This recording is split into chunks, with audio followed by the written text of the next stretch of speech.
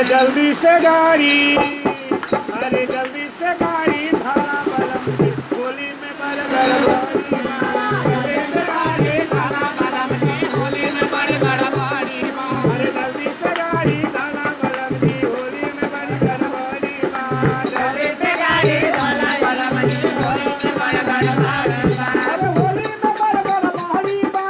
होली में बरगर बारी बा होली में बरगर बारी बा होली में बरगर बारी बा होली में बरगर बारी बा जल्दी से गाड़ी धारा बलम की होली में बरगर बारी बा जल्दी से गाड़ी धारा बलम की होली में बरगर बारी बा जल्दी से गाड़ी धारा बलम की होली में बरगर बारी बा जल्दी से गाड़ी धारा बलम की होली में बरगर बारी बा पूर्वा पवनवा तेरे बदनवा रहे न पल्लू जो बनवा में पूर्वा पवनवा तेरे बदनवा रहे न पल्लू जो बनवा में अरे रहे न पल्लू जो बनवा में रहे न पल्लू जो बनवा में अरे रहे न पल्लू जो बनवा में जल्दी से गाड़ी धारा बलम की होली में बरगर बारी बा जल्दी से गाड़ी धारा बलम की होली में बरगर बारी बा जल्दी से गाड़ी धारा बलम की होली में बरगर बारी बा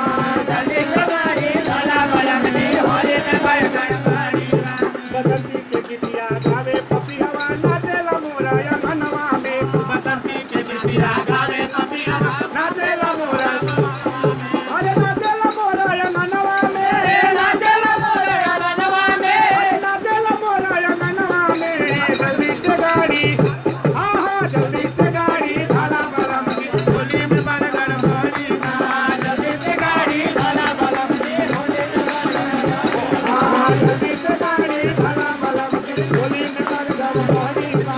जल्दी से गाड़ी धारा बलम की होली में बरगर बारी बा अरे अरे लहुरा देवरवा सतावे सदनवा डाले रंगवा बदनवा में लहुरा देवरवा सतावे सदनवा डाले रंगवा बदनवा हाँ डाले रंगवा बदनवा में डाले रंगवा बदनवा में अरे डाले रंगवा बदनवा में जल्दी से गाड़ी धारा बलम की होली में बरगर बारी बा जल्दी से गाड़ी धारा बलम की होली में बरगर बारी बा जल्दी से गाड़ी धारा बलम की होली में बरगर बारी बा जल्दी से गाड़ी धारा बलम की होली में बरगर बारी बा कैके गवनवा खूबे सतवला रहला न बाबू पधरवा में कैके गवनवा खूबे सतवला रहला न बाबू पधरवा में अरे रहला न हरदम पधरवा में रहला न हरदम पधरवा में अरे रहला न हरदम पधरवा में रहला न हरदम पधरवा में अरे रहला न हरदम पधरवा में